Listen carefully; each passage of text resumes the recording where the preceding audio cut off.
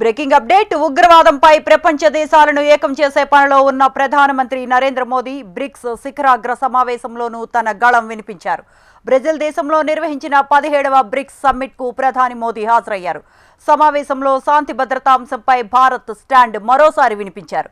మానవాళికి అత్యంత తీవ్రమైన సవాలుగా ఉగ్రవాదం ఉద్భవించిందన్నారు ప్రధాని మోదీ. ఏప్రిల్ 22న పహల్గాంలో జరిగిన ఉగ్రదాడి భారతదేశ ఆత్మ, గుర్తింపు, గౌరవంపై ప్రత్యక్ష దాడిగా అభివర్ణించారు. ఏదైనా దేశ ఉగ్రవాదాన్ని ప్రత్యక్షంగా లేదా పరోక్షంగా సమర్థిస్తే దానికి మూల్యం చెల్లించాల్సి ఉంటుందన్నారు. ఉగ్రవాదులు దానికి మద్దతు తెలిపే వారికి వ్యతిరేకంగా సమూహంగా ఏర్పడి ఒకే గొంతుకగా మాట్లాడాలని పిలుపునిచ్చారు. ఉగ్రవాదాన్ని ఖండించటం కేవలం సౌలభ్యం కాదని, అది మన సూత్రం అయి ఉండాలని చెప్పారు. ఉగ్రవాదులపై ఆంక్షలు విధించటంలో ఎటువంటి సంకోచం ఉండదని, ఉగ్రవాద బాధితులు, మద్దతుదారులను ఒకేలా చూడలేమన్నారు ప్రధాని నరేంద్ర మోదీ.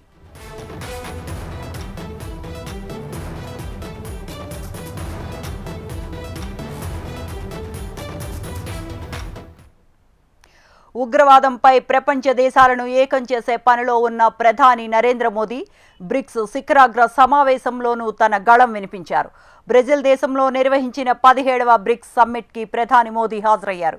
సమావేశంలో శాంతి భద్రతా అంశంపై భారత్ స్టాండ్ మరోసారి వినిపించారు. మానవాళికి అత్యంత తీవ్రమైన సవాలుగా ఉగ్రవాదం ఉద్భవించిందన్నారు ప్రధాని. ఏప్రిల్ 22న పహల్గాంలో జరిగిన ఉగ్రవాది దాడి భారతదేశపు ఆత్మగౌరవ గుర్తింపుపై ప్రత్యక్ష దాడి అని అభివర్ణించారు.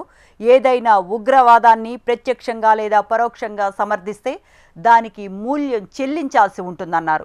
ఉగ్రవాదులు దానికి మద్దతు తెలిపే వారికి వ్యతిరేకంగా సమూహంగా ఏర్పడి ఒకే గొంతుకగా మాట్లాడాలని పిలుపునిచ్చారు. ఉగ్రవాదాన్ని ఖండించటం కేవలం సౌలభ్యం కాదని, అది మన సూత్రం అయి ఉండాలని చెప్పారు.